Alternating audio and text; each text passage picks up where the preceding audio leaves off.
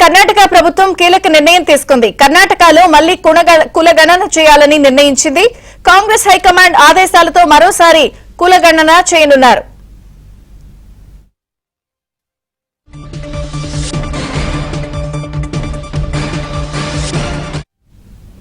కర్ణాటక ప్రభుత్వం కులగణన చేయడానికి రంగం సిద్ధం చేసింది. కీలక నిర్ణయం తీసుకుంది.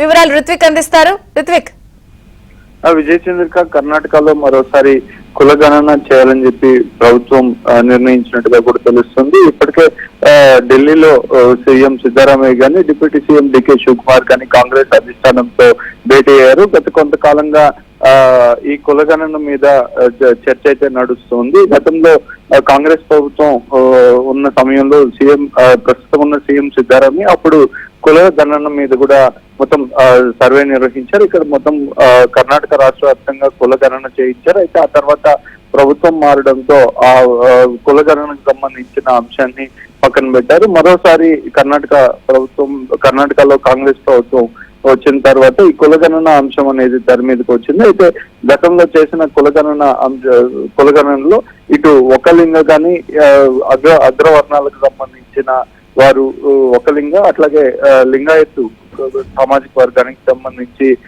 చాలా తక్కువగా ఉన్నారని చెప్పి నమోదైంది. దీని మీద పెద్ద ఎత్తున విమర్శలు అనేది వచ్చాయి. ఈ సరైన కులగణన చేయలేదని చెప్పి కూడా అగ్రవర్ణాల నుంచి కూడా మొత్తం విమర్శలు తలెత్తడంతో ఈ అంశం మీద కూడా అధిష్టానం వద్దకు చేరింది. అధిష్టానంలో అట్లాగే ఈ తొక్కిసలాట ఘటన మీద కానీ ఈ కొన్ని రోజులుగా కర్ణాటకలో జరుగుతున్న ఈ ప్రభుత్వాన్ని మీద వ్యతిరేకత అంశాల మీద చర్చించే సమయంలో, ఢిల్లీలో చర్చించే సమయంలో ఈ కులగణన అంశం మీద కూడా తెర మీదకి వచ్చింది.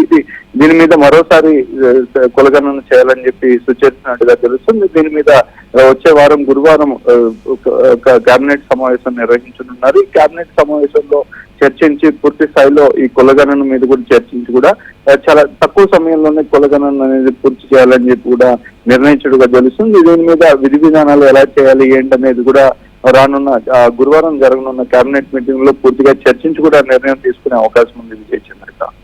థాంక్యూ రిత్విక్.